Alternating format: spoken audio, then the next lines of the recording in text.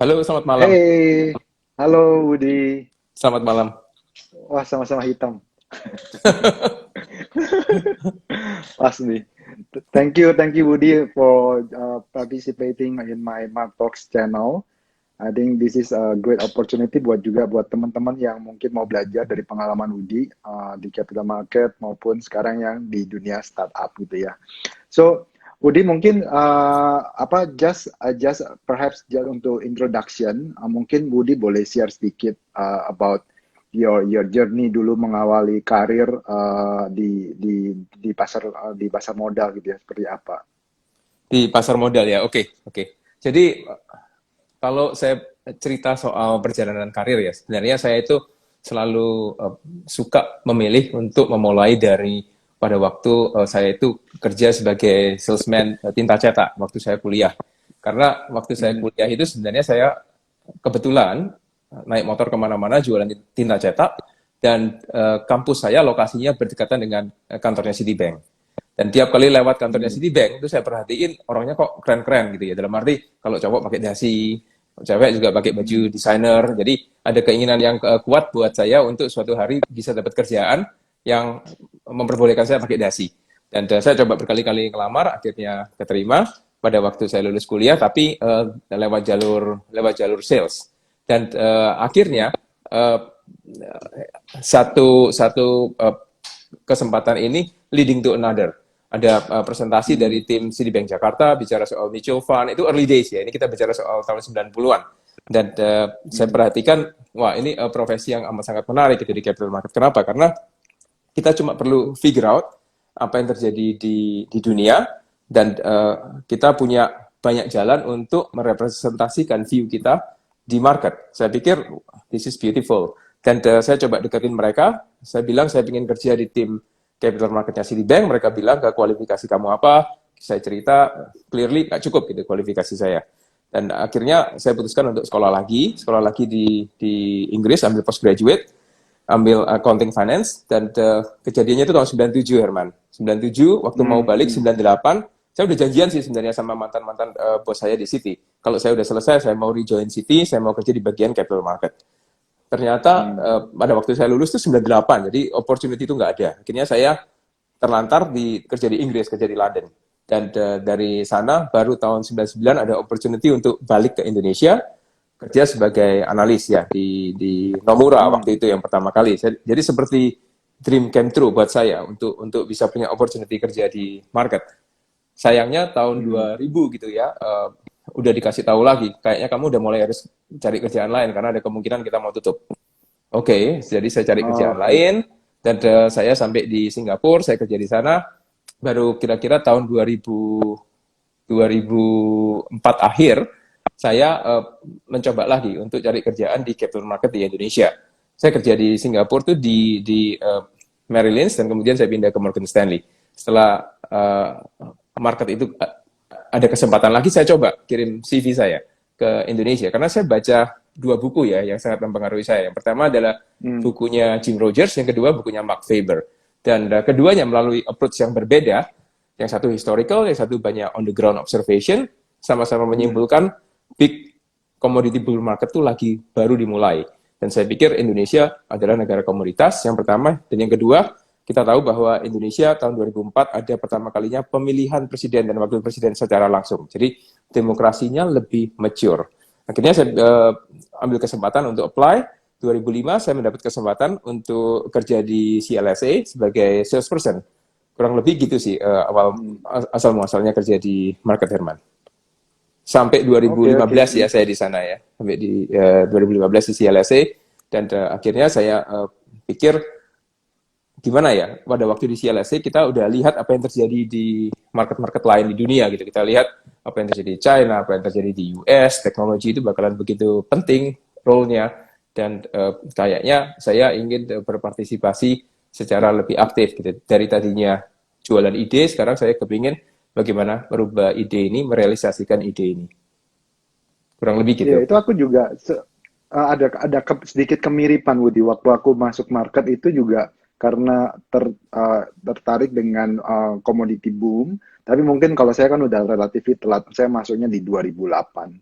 Dan akhirnya 2008 makanya ya. itu akhirnya saya mau coba untuk mengcover komoditi karena yang lagi hot. Oke, oke, oke. Yang ini apa 2008 sebenarnya punya kesempatan leg yang kedua ya di commodity bull market. Iya, betul, Ya. betul, betul. Oke, Waktu oke. aku masuk itu waktu lemon crisis, Lehman exactly crisis ya. lemon crisis ya. Oke, oke, oke. Jadi Udi mungkin boleh share. Jadi dari pengalaman Joker itu proses pembelajaran apa aja yang what you got gitu Udi yang mungkin boleh di-share. Dari karir ya. Dari analis, dari sales, pengalaman apa yang berharga yang mungkin Udi dapatkan gitu. Ya, ya. Menurut saya sih sebenarnya gini ya, kalau kalau kalau kita pikir eh, jadi analis itu satu profesi yang kelihatannya sangat glamorous ya. Kalau orang lihat dari luar keren banget, jadi suka di interview dan kita lihat banyak banyak media yang cover, pokoknya keren ya. Tapi Herman juga yang pernah jadi analis tentu tahu gitu. Di balik segala macam glamour itu kerja keras dengan jam kerja yang seringkali nggak masuk akal. Jadi nggak segampang itu. Yang kedua, kalau sales sebenarnya kalau saya melihatnya kesempatan emas untuk memposisikan diri sebagai partner untuk fund managers. Artinya kita itu kalau bisa dekat dengan fund manager, seringkali jadi teman berpikir gitu. Ibaratnya kayak sparring partnernya fund manager. Mau nggak mau kita dilatih untuk berpikir, oke, bagaimanakah kita bisa memposisikan portfolio kita. Jadi di analis, kita belajar untuk menganalisa, belajar untuk kerja keras secara luar biasa, untuk berdedikasi. Kalau di sales, kita mulai belajar untuk berpikir sebagai seorang fund manager. Dan kemudian mungkin satu hal lagi, seringkali orang sales itu ya, Herman saya lihat, melihat pekerjaannya selesai pada waktu market itu tutup gitu. Kalau dari sudut pandang saya sebenarnya antara jam market dengan jam kerja seorang sales itu sama sekali nggak ada kaitannya. Itu Sama halnya. Iya, dua hal yang berbeda gitu ya. Kalau market tutup, iya, iya. setelah itu kesempatan kita untuk mendekatkan diri dengan fund manager. Artinya apa? Artinya Hmm, fund manager baru mau terbuka ke kita kalau kita itu dekat kan. Kalau kita itu hmm, bersedia menginvestasikan waktu kita, energi kita untuk banyak berbincang-bincang dengan mereka. Jadi betul. kita itu bisa bisa punya kesempatan untuk berpikir secara lebih strategik dalam arti bagaimana melihat portfolio. Dan mungkin yang paling berharga buat saya adalah pekerjaan di market itu kayak memberi kita training ya untuk mengenali yang namanya pola atau pattern. Karena itu sangat berharga. Hmm, Nggak gampang untuk kita belajar untuk mengenali pattern. Mungkin kalau anak-anak saya tanya skill apa yang mereka harus ada ya, mungkin salah satunya adalah bisa mengidentifikasi pattern. Apalagi kalau hmm, kita bisa memakai pattern ini untuk opportunity kita. Dan ya, obviously level yang lebih tinggi lagi adalah kalau kita bisa menciptakan pattern itu sendiri. Jadi kita lihat banyak techpreneurs misalnya mereka itu creating their own pattern atau entrepreneur lah secara umum. Mereka itu creating their own pattern. Dan market ini tempat yang sangat baik untuk memberi kita kesempatan training untuk bisa menganalisa, mengidentifikasi dan memakai pattern. Jadi menurut saya iya. berharganya di sana sih, Herman. Ini another point yang aku juga totally agree. Bahkan tadi pagi aku juga sempat bahas gitu kan in my team bahwa saya juga orangnya tuh suka banget reading pattern juga. Dan bahkan pattern itu pun salah satu contoh nih pattern yang aku monitor mungkin secara ilmiahnya nggak ada gitu ya penjelasannya. Yaitu adalah timing market correction. Itu selama aku di buy side gitu ya, Widi, itu aku perhatiin market timing correctionnya tuh bisa move tiap tahun itu move 1 bulan, ya ada nggak? Jadi sempat ada yang beberapa tahun yang lalu itu 6 tahun apa di bulan Juni, beberapa tahun di bulan Mei, beberapa tahun di bulan April bisa maju-maju gitu. Itu patternnya Oke, akhirnya aku oke. pelajarin dan it's quite effective. Dan ini sesuatu yang kadang-kadang nggak bisa dijelaskan secara gimana gitu ya. Iya, benar. Tapi aku ngikutin pattern itu. Aku biasanya setelah observasi 3-4 kali baru kelihatan tuh pattern. Oke, oke. Itu super valuable. Kalau Hmm. boleh saya tanya balik ya ke Herman. Hmm. Kan pernah di sell side terus ke buy side. Yang ke pertama, gimana perubahan ini dan apakah akan rekomend orang untuk mengikuti jalur yang sama, sell side dulu baru ke buy side kalau mau berkarir di bidang investment? Sebenarnya memang tergantung ini ya. Kalau memang sebenarnya tergantung preferensi kalau menurut aku. Kebetulan memang kan nggak semua orang ada channel langsung ke buy side ya. Dan biasanya umumnya tuh memang kalau aku lihat tergantung juga sih kesempatan yang ada. Cuma memang ada beberapa temen kalau aku ngobrol, mereka ada yang suka enjoy dari awal. Karena kalau di buy side itu mereka berpikirannya karena kan learning curve-nya tuh cepat sekali gitu ya. Iya, iya. Meskipun memang tidak setajam di sell side. Tapi dulu aku dapat input yang sangat baik sih menurut aku ya. Input ini ngajarin aku bahwa kenapa sih saya lebih rekomen orang-orang itu masuk ke sell side dulu. Kayak mungkin Woody dulu juga di sell side gitu ya. Karena ibaratnya kalau di sell side dulu itu kita itu kayak ditempa gitu ya. Mentalnya itu kayak kita dibentuk. Bagaimana kita itu belajar untuk serve people, serve orang Oke, gitu kan. oke. Jadi itu input yang menurut aku cukup cukup baik karena kalau kita sudah kebiasaan di sisi yang langsung jadi klien atau investor bosnya itu cenderung cenderung kita nggak biasa mau serve orang gitu kan. Jadi kita berasa Iya, power syndrome-nya tuh lebih tinggi. lebih Jadi kita parah ya, ya. lebih parah, gampang ngechat orang, apa kayak gitu-gitu. Jadi, tapi kalau kita udah pernah mengalami posisi kita di sisi broker, bagaimana kita susahnya broker, kesalahan apa gitu, nanti kita one day kalau kita bertukar posisi kita yang ini, kita itu bisa mencoba, kita bisa lebih ngerti, oh ini salahnya itu ada apanya gitu. Karena kita pernah di posisi mereka. Jadi itu sih yang aku pelajarin. Dan memang kalau dari Interesting, sisi sell side, interesting, memang lebih detail dan banyak memperlebar koneksi juga ke beberapa corporate. Jadi interesting. ya saling melengkapin sih, itu saling melengkapin aja. Oke, Cuma oke, oke. saya mikirnya karakteristik buildingnya itu jadi lebih lengkap kalau dari sell side Kalau kemudian belajar ke buy side. baru ke buy side ya. Oke, that's very interesting.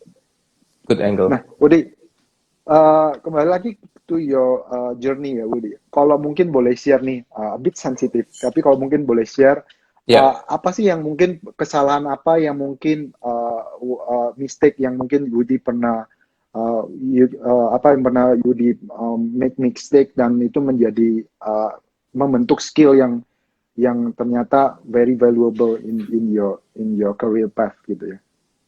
oke. Uh, that's a very good question ya. Mungkin kalau kalau kita bicara soal kesalahan dan kegagalan itu mungkin dua hal yang kita harus bedakan kali ya. Kalau kita bicara Mhm. soal kegagalan dulu ya, seringkali orang bilang nggak apa-apa gagal, it's okay. Tapi kita semua tahu bahwa kegagalan itu susah ya, sangat sangat berbekas secara emosi. Jadi Ya, kalau bahasanya Peter Thiel, failure itu suka overrated. Orang bilang nggak apa-apa gagal berkali-kali, nggak bisa sih. Mungkin lebih baik kita belajar dari kegagalan orang lain ya. Tapi kalau soal kesalahan, obviously kita akan terus-menerus membuat kesalahan. Dan mungkin saya mau pakai filosofinya Brazilian Jiu-Jitsu ya, di mana dia bilang bahwa cuma ada dua outcome dari sparring. Outcome pertama kita menang, outcome kedua kita belajar. Jadi either you win or you learn. Dan of course dalam case saya belajar Brazilian Jiu-Jitsu lebih banyak belajarnya daripada menangnya gitu ya. So tapi that's still something. Dan menurut saya ke kesalahan itu baru berubah menjadi kegagalan pada waktu kita itu gagal untuk bangkit. Jadi ada pepatah bahasa Jepang, jatuh 7 kali, bangkit 8 kali. Kegagalan itu baru terjadi kalau kita jatuh 7 kali, bangkitnya cuma 7 kali tadinya. Jadi nggak ada kesempatan ke-8 ya. Dan kalau ditanya apa yang menjadi kesalahan dalam karir saya, kalau saya punya mesin waktu bisa terbang lagi ke belakang, mungkin beberapa area personal development saya sangat kurang untuk berinvestasi di area-area ini. Di karir saya di capital market dulu. Jadi misalnya saya pernah belajar soal ke Tony Robbins ya. Saya baca, saya langsung bikin judgement bahwa saya tidak tertarik. Ini this is not for me lah pokoknya. Nggak tahu apa, not for me. Dan saya baru punya kesempatan beberapa tahun yang lalu ke Tony Robbins, dan satu-satunya yang jadi pikiran saya adalah I wish ya saya datang ke course dia itu jauh lebih pagi. di perjalanan hidup saya. Tapi yang penting ya udahlah, paling nggak saya udah punya kesempatan untuk ke sana. Saya juga pernah ke Berkshire Meeting tahun 2019. Dari dulu udah punya pikiran untuk coba datang ke Berkshire Meeting, karena of course kita bisa lihat di TV, kita bisa lihat di internet, tapi kalau kita ke sana itu beda banget. The crowd ya, kita tuh bicara juga dengan crowd yang ada di situ, crowd investor, orang-orang yang berpikir sama seperti kita, bahwa investasi itu adalah bagian dari hidup kita. Jadi dua hal ini tidak saya lakukan lebih pagi. I wish saya bisa lakukan itu lebih pagi. Jadi buat audiens yang lebih muda di sini, kalau punya kesempatan nanti setelah zaman COVID, I think you should go ke Berkshire Meeting, ke beberapa personal development training yang bisa merubah hidup kita. Jadi game changer. Mungkin itu sih, Herman. Ya. Ya, aku dulu juga pernah ikutan acaranya Tony Robbins yang di Singapura sih. Memang UPW ya. Ya, life changing sih memang. Life changing. Dan I think banyak orang capital market juga rata-rata pada demen sih ya sama Tony Robbins. Ya. Terus simple ya. Mungkin boleh share. Tujuan mungkin ini menyentuh mulai dari your book ya, yang recently sudah dipublish. Boleh share apa ya your goal atau tujuan akan dibikinnya buku ini? Kenapa memilih menjadi investor bahagia? What is the message behind this book? Sebenarnya kalau cerita perjalanan buku ini ya, saya itu kebetulan kan pernah sakit di New York, sakit lumayan parah. Jadi kejadiannya itu tahun 2018, dan setelah saya sakit tuh saya pikir, dulu dalam hidup saya yang saya ingin lakukan tapi belum pernah saya lakukan, itu apa? Dan sifatnya itu harus, nggak boleh cuma ke diri sendiri gitu, sifatnya itu harus sharing ke orang. Jadi akhirnya tahun 2019 saya mulai pelan-pelan nulis lagi. Dulu kalau di zaman sales ya, obviously karena kompetisi begitu ketat, kita itu harus berlomba-lomba kreatif, nulis sales note yang kalau bisa seseru mungkin gitu. Jadi kita bisa menang ini ya, kompetisi untuk dibaca. Akhirnya kesempatan itu datang pada waktu saya sakit. Saya sempat berpikir, saya sendirian, dan dari sana saya mulai nulis lagi. Tulisan-tulisan ini dikumpulin oleh teman-teman dekat gitu dan keluarga, dan mereka itu bawa ke Gramedia, ke Alex. Sebenarnya saya nggak tahu sih bahwa proses ini udah terjadi. Pada waktu saya tahu udah di tengah-tengah, dan jujur saya orang yang sangat introvert, yang sangat private. Jadi sebenarnya saya nggak mau sampai nulis buku secara kayak begini, tapi mereka bilang ada satu benefit, yaitu readership-nya mungkin bisa lebih besar daripada blog, dan kalau dikompilasi kayak gini mungkin bisa lebih menarik secara presentasi. Juga mereka bilang bahwa kalau mau hasil penjualan bukunya ini, royaltinya bisa didonasikan ke charity favorit gitu. Dan kebetulan saya aktif di Yayasan Titian sebagai treasurer, dan of course karena COVID dan lain-lain, sumbangan itu, donasi itu sempat sangat melambat ya tahun lalu. Jadi berbagai faktor ini kita pertimbangkan, akhirnya ya udahlah, kalau saya bisa mendonasikan royalti ini untuk Yayasan Titian, I will do it gitu. Dan kenapa judulnya Memilih Bahagia? Mengenai pesannya dulu ya. Sebenarnya saya cuma ingin berbagi bahwa sangat penting untuk hidup di present moment. Jadi sangat penting buat kita itu untuk merasa calm dan merasa connected. Dan soal pentingnya menanamkan kebiasaan baik dalam hidup seperti berinvestasi, soal menikmati kesunyian, soal menikmati kesendirian untuk berpikir, untuk slow down, soal mengelilingi diri kita dengan orang-orang yang bisa membawa benefit ke hidup kita, karena kita adalah rata-rata dari 5 orang di sekitar kita ya, kita belajar ilmu personal development. Juga tentang kebahagiaan, tentang bagaimana kita itu juga merasa overwhelmed, bagaimana kita itu memiliki energi yang besar. Dan judulnya sendiri Memilih Bahagia, saya memakai kata memilih karena menurut saya memilih itu sendiri adalah sebuah bentuk privilege ya. Kalau kita bisa memilih itu kita udah very lucky. Dan kita bisa mempunyai option untuk menentukan arah hidup kita. Sesuatu yang tadinya tidak mungkin menjadi mungkin. Dan salah satu hal yang sering kita lupa adalah tentang pentingnya bahagia. Karena kita selalu berpikir bahagia itu di ujung sana, di perjalanan akhir dari karir kita. Jadi kita bisa mentoleransi kita depresi, nggak bahagia, kita stres, dan lain-lain. Nggak make sense ya. Sebenarnya kita bisa bahagia mulai dari sekarang. Gitu. Jadi every step of the way kita bisa bahagia. Jadi yang penting dalam hidup kita mungkin kita merubah pertanyaannya.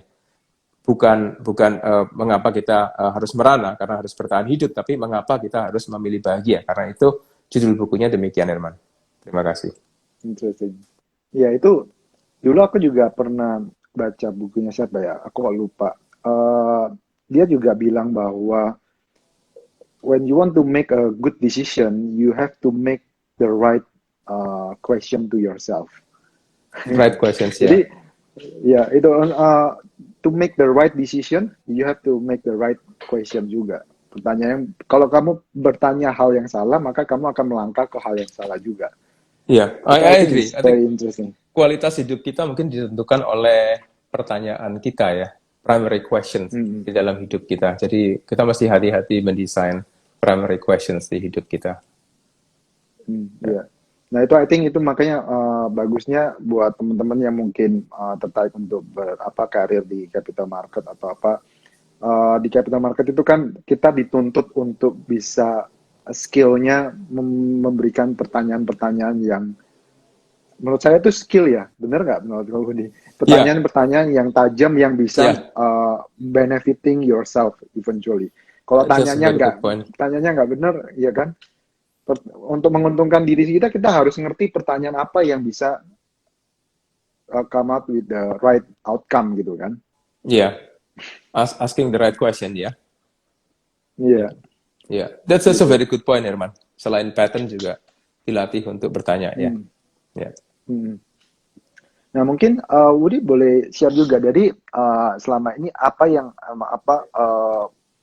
your philosophy atau your nilai-nilai kehidupan apa atau boleh juga your philosophy in term of life or investing apa yang mungkin boleh Woody share karena kan your journey is already very long enough. And then you get new inspiration atau apa? Oke. Ya, I'm not that old, tapi saya coba untuk share beberapa filosofi yang saya pelajari gitu selama perjalanan di dalam karir saya. Karena saya pikir penting buat kita untuk punya kesempatan slow down, merefleksikan perjalanan hidup kita dan karir kita. Dan mungkin kalau ada beberapa hal yang penting adalah salah satunya bahwa perubahan itu sesuatu yang otomatis, tapi progres itu enggak ya. Jadi kita itu harus bisa mendesain hidup kita menuju ke arah progres gitu. Salah satunya ya tadi seperti yang Herman bilang mengenai asking the right questions. Dan kita tahu bahwa progres atau kemajuan itu adalah hasil dari pemikiran yang mendalam, dari keputusan dan dari action. Kalau kita lihat juga mengenai perjalanan karir atau perjalanan hidup, mungkin saya sering ditanya ya, kira-kira yang lebih penting itu apa gitu? Apakah keberuntungan ataukah kerja keras ataukah kepandaian? Iya, priority gitu kan. Priority ya, exactly. Dalam pemikiran saya ya, kalau kita mengandalkan kepandaian itu susah, sangat berat gitu. Kenapa? Karena implikasinya adalah kita itu harus lebih pintar dari begitu banyak orang di market. Market tuh isinya orang-orang pintar semua gitu ya. Dan kita harus bersedia acknowledge itu menurut saya. Masalahnya kalau kita mengandalkan kepandaian kita, kebijaksanaan kita, maka implikasinya kita harus benar-benar di top 0.0 something persen gitu ya, mungkin untuk doing very well.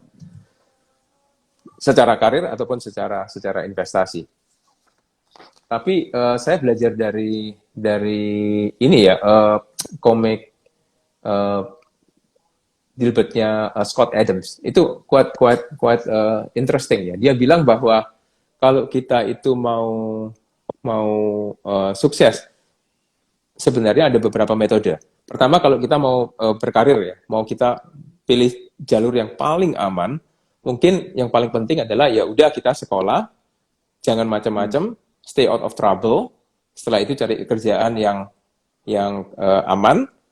Setelah itu kita berkarir, dan selama berkarir juga lagi-lagi jangan macam-macam gitu. Maka dari awal sampai akhir mungkin kita punya karir yang stable. Nggak ada yang salah dengan ini, tapi seringkali orang merasa bahwa ini kok boring gitu. Kenapa boring? Karena kita manusia itu punya banyak kebutuhan. Kita punya kebutuhan akan certainty, tapi kita juga punya kebutuhan akan uncertainty. Dan kebutuhan akan uncertainty kita itu seringkali tidak dipenuhin dengan karir yang terlalu monoton ya. Kalau kita nggak mau punya karir yang monoton, mungkin ada dua alternatif. Alternatif yang pertama adalah kita itu jadi yang super terbaik, the best. Kita itu di dalam top 0,5% atau 0,0 something persen bahkan. Jadi kalau kita itu suka main basket, ya NBA. Kalau kita suka main golf, PGA. Kalau kita mau jadi penulis, harus bisa dapat Nobel. Kalau kita mau jadi arsitek, harus bisa dapat Pritzker Award. Dan kalau kita realistis, kita step back dan realistis, sebenarnya untuk mencapai semua ini begitu sulit, Herman. Ini untuk mencapai level yang benar-benar top of the top itu sulit sekali. Tapi si Scott Adams ini dia punya ini ya, jalan keluar yang lumayan menarik. Dia bilang sebenarnya kita bisa jadi top 25%, which is masih achievable. Misalnya kita mau jadi equity salesperson. Oke, stock picking saya nggak harus yang the top 1%, tapi saya jadi top 25% deh. Jadi mungkin 75%-nya benar, 25%-nya salah, atau gimana gitu ya. Tapi kita kombinasikan skill kita ini dengan misalnya kita punya skill menulis, di mana kita di top 25% untuk urusan menulis. Intersection ketiga mungkin skill presentasi kita, atau bagaimana kita berinteraksi dengan orang lain. Kita belajar soal salesmanship yang sangat bagus. Jadi kombinasi dari 25%, 25%, 25%, kalau kita belajar matematika, ada 3 lingkaran beririsan, kompetisi kita tiba-tiba mengecil sih. Mengecil secara dramatik. Jadi susah cari orang yang bisa compete dengan kita yang punya 3 skill ini. Tiba-tiba kompetisinya dikeluarin. Mungkin itu salah satu cara yang lebih gampang buat kita untuk berkarir. Mungkin itu yang saya bisa share sih, Herman. Ini your point satu persatu juga always reminds me to what I'm also doing in the past sih. Jadi contoh nih dulu, misalnya ini hal yang very basic ya, ini back to academic life zaman dulu sekolah ya. Saya tuh dulu juga gitu. Waktu sekolah itu kan saya paling bontot gitu kan, paling bawah, udah paling nakal gitu gini. Terus sama mau mencapai to the top itu susah ya, karena ada orang yang bener-bener yang geek, pinter banget, biasanya kan very nerd gitu kan, yang juara-juara atas gitu kan. Terus aku nggak pernah tertarik sama itu. Tapi and then I see a chance gimana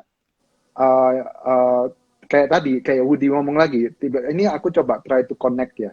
Mungkin bisa membantu teman-teman juga. Try to connect and create your own pattern gitu kan. Jadi aku juga seperti itu. Jadi yang my pattern adalah aku suka dengan ngumpul sama anak-anak nakal.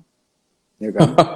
Tapi anak-anak nakal ini karena aku mikirnya adalah anak-anak yang nakal itu orangnya kreatif, out of the box, soalnya so fun, nggak terlalu serius gitu ya. Sedangkan aku orang introvert gitu. Jadi aku mau kumpul sama mereka ini. Terus caranya untuk compete bisa mengalahkan yang atas itu adalah at sport. Jadi aku ngumpul sama anak nakal sembari kayak tadi. Jadi kayak ada 3 lingkaran tadi. 3 lingkaran. Nah, jadi aku cukup menguasai, aku ngumpul sama anak yang pinter tapi yang nggak perlu yang pinter banget, cukup yang katakanlah dia yang orang yang juara top 10-nya, ya, supaya aku belajar ngerti, kemudian aku ngumpul sama anak-anak yang nakal, kemudian aku ngumpul anak-anak yang pinter sport. Jadi akhirnya aku combine itu, tiba-tiba aku yang dari bontot, bisa naik terus gitu. Itu is very simple aja sih, simple things yang mungkin bisa di-apply juga. I think poin-poin itu yang aku coba summarize and connecting your point juga sih tadi. Itu di Surabaya ya dulu, Herman? Iya, itu dulu di Surabaya. Jadi ini just a big flashback ya. Jadi even my family itu suddenly juga kaget karena aku itu dulu literally selalu yang paling bontot di belakang. Gitu. Bener-bener paling bontot. Nggak pernah. Tiba-tiba bisa one day waktu di Petra itu kan aku dulu Petra yang Bongungu gitu ya, anak Surabaya Petra Bongungu. Bener-bener literally cuma ya unfortunately my dad udah pass away back then gitu kan. My dad dulu kan selalu kepingin lihat kok aku ini anak nakal nggak pernah juara atau apa, nggak pernah literally. And then suddenly my dad itu kan udah pass away waktu itu saya masih junior. Aku tuh dari yang buntut ini tiba-tiba langsung spread nomor satu. Itu it's just a miracle suddenly, I don't know. Jadi itu that kind of thinking really helps sih in my view. Iya, iya, iya. Dan interestingly lingkaran-lingkaran ini selalu kita bisa cari ya sebenarnya. Benar, bisa cari. Ya, Kalau itu intinya you're finding your own pattern sih. Pattern itu kan nggak selalu ngomong about chart market, tapi ya, pattern itu juga bisa in our social life gitu kan. ya, ya. Dari our Most definitely. networking, dari your friends ya, your networking kayak gitu. Nah, Most definitely. Budi nggak berasa udah setengah jam. Budi mungkin boleh share juga Ya, dari sekarang kan you are not sudah nggak di sell side lagi gitu kan. You are more on the investing gitu kan, more as a investor.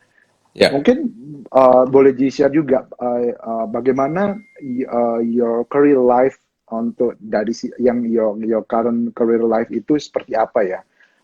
Apakah ini soalnya untuk sangkut pautnya nanti aku balik tanya ke Woody. Apakah Woody lebih rekomen buat anak-anak muda sekarang ini masuk ke capital market atau langsung ke VC atau startup atau private equity atau seperti apa? What is your suggestion? Oke. Jadi mungkin gini ya, kita di market tuh seringkali dulu diajari untuk stick ke apa yang kita tahu. Which is sebenarnya sangat sensible advice ini. Kenapa? Karena tentu market tuh ada naik dan turun. Kita tahu bahwa kalau kita bicara soal Amazon itu dari IPO 97 sampai hari ini luar biasa ya peningkatannya. Kalau kita bicara soal Bitcoin misalnya, berapa kali lipat dari sejak awal Bitcoin itu ada? Mungkin 70 juta kali lipat ya dari nilai awalnya. Tapi yang kita sering lupa adalah bahwa begitu banyak koreksi. Contohnya Bitcoin sendiri saya perhatikan pernah ada 5 kali koreksi besar di atas 50%. Bahkan pernah koreksi itu 90% lebih. Problemnya adalah kalau kita itu tidak tahu apa yang kita pegang, mungkin kita akan stres luar biasa kalau kita pegang aset yang lagi koreksi secara luar biasa. Contohnya Amazon juga tahun 2000 kita tahu koreksinya itu di angka yang staggering ya. Tapi kalau di sisi lain, mungkin salah satu cara untuk kita bisa tetap pegang aset-aset yang kita tahu dalam jangka panjang sangat atraktif tapi sangat volatile adalah dengan diversifikasi. Karena bagi saya diversifikasi itu sebenarnya bagian dari stress management. Jadi kalau kita cukup terdiversifikasi, maka kita bisa ini ya melalui periode-periode koreksi besar seperti yang tadi kita baru bicarakan. Dan sering kali di market saya ketemu orang yang bilang saya super fokus kalau investing. Jadi saya cuma pegang satu saham atau saya cuma pegang satu aset. Tapi sejauh ini saya ketemu investor, saya belum pernah ketemu yang perutnya juga sehebat itu gitu ya. Jadi secara logika mungkin masuk akal, tapi secara perut apakah iya tahan gitu ya. Kalau kita satu-satunya aset yang kita punya itu lagi terkoreksi 90%. Dan mungkin yang kedua mengenai stick to what we know, kita juga harus hati-hati menurut saya Herman. Kenapa? Karena suka ini dipakai sebagai excuse untuk kita nggak belajar gitu. So ya saya follow your work Herman dan saya lihat it's amazing gitu. Gimana Herman bisa hadir secara total di hal-hal yang baru di DeFi, di blockchain misalnya. Jadi perlu buat kita untuk bisa berekspansi apa yang kita tahu. Kita nggak bisa mati-matian punya doktrin bahwa stick to what we know, ini nggak tahu, kita nggak mau tahu. Jadi kita juga harus expand apa yang kita tahu. Dan sekali lagi bahwa perubahan itu sesuatu yang ini ya otomatis, tapi progres itu enggak. Jadi kita harus mendesain hidup kita untuk lebih ke arah progres. Dan kita tahu bahwa hidup kita itu paling bahagia kalau kita mengalami kemajuan. Kalau kita jalan di tempat atau kita mundur atau kita jalan di tempat dan kita lihat orang lain maju, maka kita itu akan stres ya. Nggak mungkin kita itu bisa bahagia. Jadi ada satu quote yang saya suka bahwa kalau kita, if we talk about it, it is a dream. Kalau kita envision it, it's a possibility. Tapi kalau kita schedule it, it's real. Jadi kita itu harus benar-benar make time doing it. Dan orang sering bilang bahwa pengetahuan atau informasi itu adalah power. Yang saya pelajari adalah pengetahuan atau informasi itu bukan power, tapi potential power. Yang power itu apa adalah action, execution. Action ya. Ya, jadi tanpa action semua nggak akan terjadi gitu menurut saya. Mungkin kalau Herman gimana sudut pandangnya? Yeah, I think kind of agree juga with your view. Jadi kalau ngomong mengenai itu ya, I think juga at the end of the day, like what I'm doing, sometimes memang tergantung lagi apakah kita itu balik lagi sih sebenarnya jangan terlalu ikut-ikutan juga sama orang kan basically. Kalau aku sih prinsipnya itu pertama. Cuma kadang kalau aku orangnya lebih suka untuk exploring new things memang dari dulu. Jadi dan memang aku punya prinsip adalah aku nggak mau terlalu stick to one things karena boring in my view. If you just stick to one things and then you're so proud of it, ya it's okay. Itu karena kembali lagi ke preferensi tiap orang gitu kan. Kalau aku adalah how to get my satisfaction itu adalah dengan exploring new things. Dan kadang itu aku tuh dulu orangnya tipe yang bisa stres sendiri kalau I cannot gain new skills. Bisa kayak gitu. That's me. Jadi kalau diem aja boring, mungkin ada orang yang enjoy gitu ya. Nah, makanya dulu aku sering diomelin sama my sister gitu kan. Karena kayak nggak bisa diem. Otak gue itu kayak nggak bisa diem. Jadi waktu diem itu kayak nggak tenang. Jadi I want to try something new belajarin apa baru-baru gitu. Jadi meskipun memang katakanlah belum tentu I will make something from it, tapi at least I find peace. I find peace in myself, itu yang paling penting menurut aku. Karena kalau kalian udah find your peace in yourself, then you can do more activity atau creativity yang you can gain more gitu loh di situ. Kalau aku sih gitu. 100% agree ya Herman. Dalam arti gini, kalau kita itu find peace ya, I think otomatis kita jadi orang yang lebih happy ya. Otomatis kita jadi orang yang lebih bahagia gitu. Dan kalau saya observe adalah orang yang lebih bahagia itu cenderung lebih open-minded. Satu, jadi terhadap perubahan yang baru. Yang kedua, orang yang bahagia itu cenderung lebih banyak teman. Dan kita tahu bahwa namanya kita itu sebagai investor di market gitu ya, penting ya kita itu untuk punya banyak teman. Bukan berarti kita nggak punya pemikiran kita sendiri, tetapi seringkali teman itu jadi sparring partner. Kita suka telepon teman kita, tanya, saya lagi suka ini, what's your view? Syukur-syukur kalau view-nya berseberangan gitu. Jadi kita bisa testing view kita di mana. Jadi yang tadi Herman bilang menurut saya itu adalah embodiment dari growth mindset ya, karena of course kita sebagai manusia itu ada elemen di diri kita yang fixed mindset, tapi ada elemen di diri kita yang kita mau seriously pay attention untuk bisa growing. Kenapa? Exactly karena kita mau peace of mind, kita mau menjadi orang yang lebih happy. Dan sekali lagi saya merasa paling happy kalau saya bisa ada kemajuan, progres dalam hidup. Dan mungkin ini ya,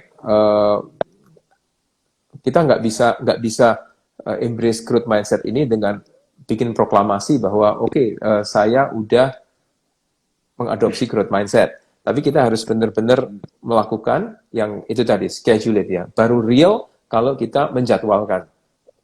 Saya mau tiap hari untuk belajar, mengalokasikan waktu untuk belajar hal yang baru misalnya sekitar 1 jam, atau saya mau mengalokasikan waktu untuk belajar hal-hal yang baru gitu ya. Belum tentu sesuatu yang berkaitan dengan market, it could be anything. Tapi selama kita ada kemajuan di satu bidang, maka cenderung lebih happy dan sebagai investor mungkin akan sangat membantu ya kalau kita happy. Itu yang saya rasakan sih. Iya, benar. Nah, Budi, kembali lagi yang tadi mengenai ini ya, career life gitu ya. Ya, Apa sih yang kira-kira kalau aku kan mungkin belum ada pengalaman nih di seperti visi atau career life di apa startup seperti itu. And I believe you have more experience dealing with this all startup atau all this visi gitu ya. So what can you share perbedaan career path atau career life di capital market dengan dunia itu ya? mungkin ini ya sebenarnya secara garis besar menurut saya sama ya. Secara garis besar menurut saya sama. Dalam arti ya kita itu fokus ke sesuatu yang hopefully akan bisa grow secara luar biasa gitu. Apalagi kita ini di market Indonesia gitu. Until very recently mungkin orang nggak ada yang pay attention ke dividend stream misalnya. Jadi atau defensive quality gitu ya. Selama saya dulu jadi stockbroker, kalau saya telepon klien di luar Indonesia dan hari itu kebetulan dari research team nulis soal defensive strategy, rata-rata respon mereka sih akan sangat keras gitu. Wah kalau Indonesia mah saya nggak cari defensif, saya cari growth. Ya, kalau defensif saya cari tempat lain. Saya mau growth. Dan kita udah terbiasa untuk melihat sesuatu yang bisa tumbuh secara luar biasa ke depannya. Jadi dari dulu mungkin investor di Indonesia lebih terlatih untuk mempunyai imajinasi.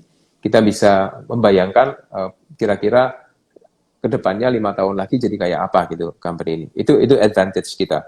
Dan advantage yang lain obviously adalah karena tren teknologi misalnya itu udah terjadi di tempat-tempat lain ya. Jadi nggak perlu kita itu harus 100% imajinasi yang baru. Tentu dengan banyak adjustment dengan kondisi di Indonesia, tapi contekannya itu ada gitu Mas. Saya lihat itu salah satu advantage yang juga besar. Intinya sih balik-balik lagi ke bagaimana kita bisa recognize pattern. Mungkin dalam profesi yang dulu lebih menjual ide, dalam profesi yang sekarang lebih gimana turning ide ini menjadi realitas ya. Bedanya cuma itu ya mungkin. I see. Oke. Jadi kalau untuk ini nih apa anak-anak muda nih zaman sekarang gitu ya. Kalau aku lihat beberapa juga kadang ada dari ponakan nih, nggak usah jauh-jauh gitu kan. Karena aku kan perspektif aku tuh lebih full di capital market gitu ya. Jadi sometimes tentu pasti a bit bias gitu kan. Nah, jadi kalau misalnya ditanya nih sama beberapa anak muda dan di sini I believe some of my followers itu juga beberapa anak-anak masih millennials ke bawah gitu ya. Dan beberapa mereka dulu waktu aku bikin video tentang capital market career life mereka quite entusias gitu ya. Nah, mungkin Budi boleh kasih saran juga tambahan input di sini apa yang apakah anak-anak muda sekarang itu lebih better directly to capital market still atau enakan langsung masuk ke startup atau ke venture capital atau private equity karena aku lihat 5 tahun terakhir sih private equity juga quite interesting ya. Oke. Deal kayak gitu. Dalam pandangan saya ya, oke, pertama saya nggak qualified untuk bicara karir mana yang lebih tepat untuk memulai dan lain-lain. Tapi sama seperti Herman, saya melihat ada big advantage memang kalau mulai dari sell side, yaitu kita itu dilatih untuk lebih ya honestly untuk lebih humble gitu ya. Karena kadang-kadang kalau kita benar pun bisa jadi masih dimarahin gitu sama klien. Kenapa gitu? Karena kliennya nggak beli gitu kan. So tetap ada banyak angle gitu untuk kita itu dimarahin even when you are right, apalagi kalau salah. So of course situasinya berbeda untuk semua orang dan berbeda untuk setiap zaman gitu dan boleh dibilang kalau di zaman saya dulu yang namanya stock market tuh ya memang masih lumayan baru ya di Indonesia. Makanya pada waktu tim Citibank Jakarta datang ke Surabaya, saya itu melihatnya wow, kok ada kerjaan kayak gini gitu ya. Dan of course di saat ini uh, pilihan tuh lebih banyak. Menurut saya yang lebih penting adalah kita tuh bertanya ke diri kita masing-masing gitu. Di pekerjaan apa, di profesi yang mana, kita bisa lebih cepat belajar pattern recognition lagi. Jadi kalau kalau kita merasa saya itu bukan tipe yang bisa bisa jualan, suka suka untuk service orang, saya lebih suka untuk dedicate myself waktu untuk berpikir, membaca, merenung, untuk berdiskusi, mungkin nggak ada salahnya langsung ke Bicep juga gitu menurut saya. Daripada dipaksain, ngelewatin sell side, stres nggak karuan, nggak happy gitu ya. Kalau udah nggak happy, susah untuk buat kita cinta pada profesi ini gitu. Atau untuk tetap dedicated sebagai investor. Kalau kita mulainya dengan memori yang nggak enak ya. Dan demikian juga dengan dunia startup. Kita tahu betapa brutalnya, kita tahu berapa persen angka kegagalan startup. Makanya kalau kita nonton film startup ya, drakor, ada yang bilang triple F ya, yang mau invest di startup. Jadi friend, family, yang ketiga fools ya. Karena statistiknya failure rate-nya itu begitu tinggi. Dan karena failure rate-nya begitu tinggi, otomatis perlu jiwa yang super Spartan. Ya, dan obviously semua balik-balik ke personality kita gitu. Walaupun kita berangkat dengan satu titik tolak, I'm actually solving a very big problem. Jadi and the problem is real dan addressable marketnya besar dan saya punya tim yang sangat bagus dan lain-lain.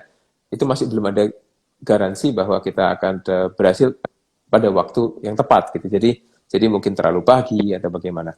So pada akhirnya sih tetap kita harus berani bertanya ke diri sendiri ya. Kira-kira profesi mana yang akan mengajarkan kepada kita pattern recognition yang lebih bagus.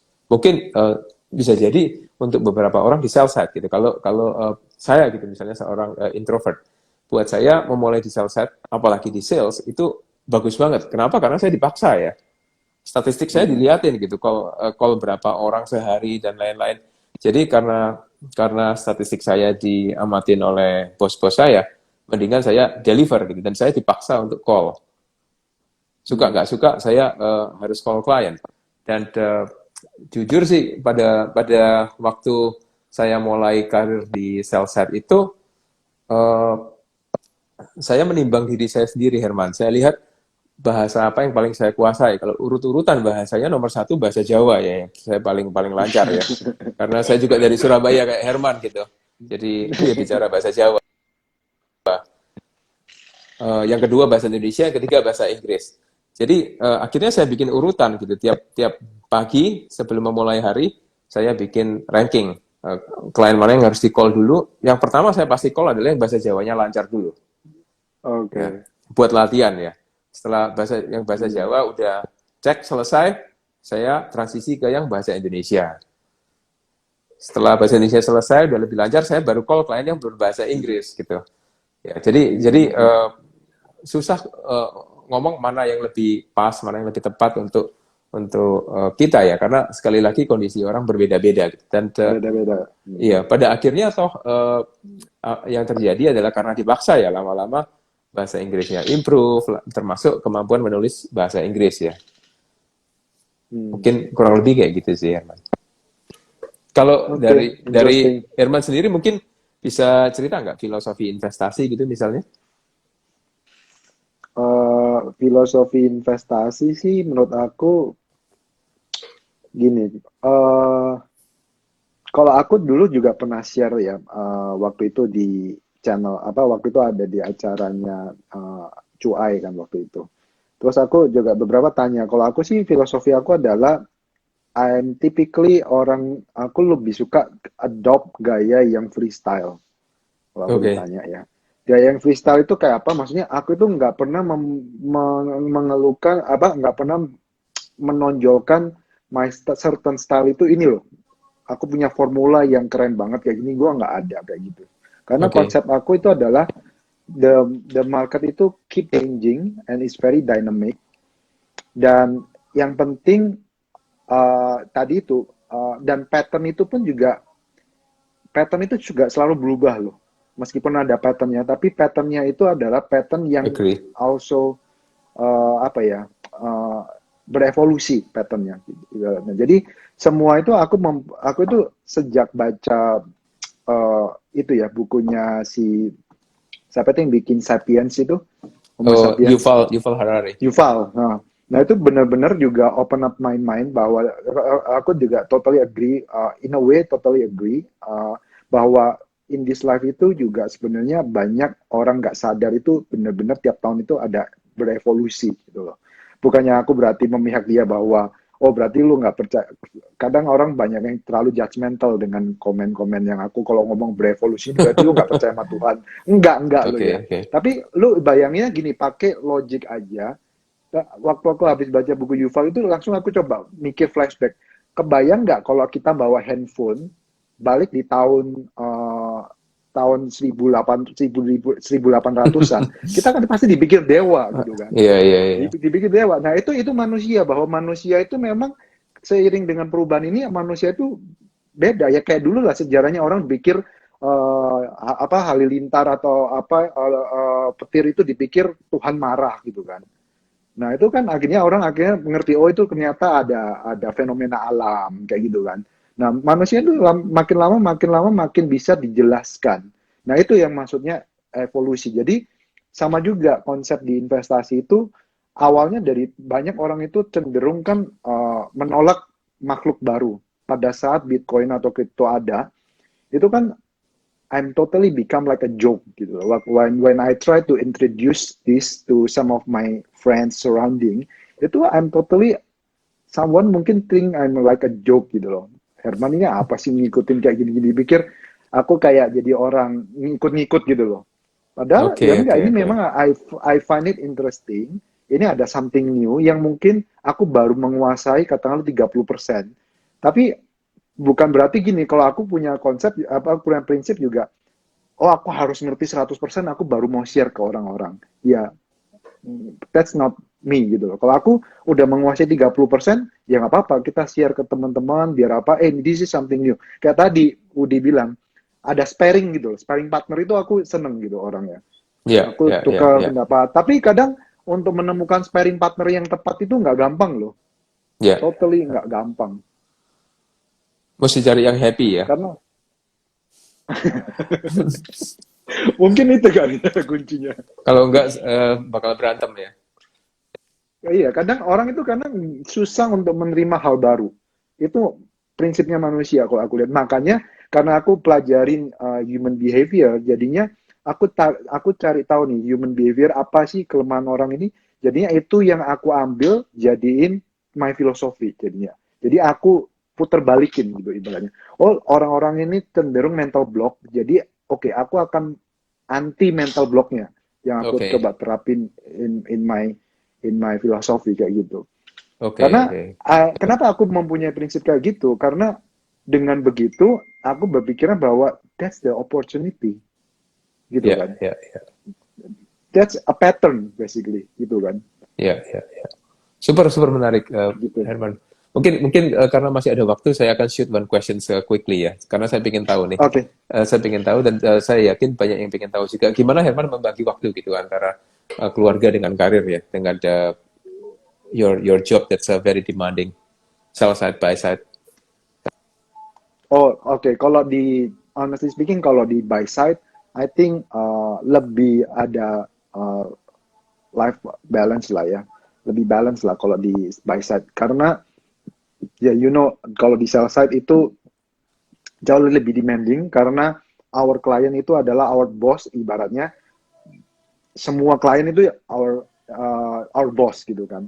Ya, Dan ya, kita bisa serve puluhan klien gitu kan. ya. Dan kita dikejar target timeline, apalah target deadline untuk bikin report, mesti tiap pagi, malam, setiap ada big news kita harus cepet-cepet. Nah, kalau di sell side itu memang lebih berat dulu.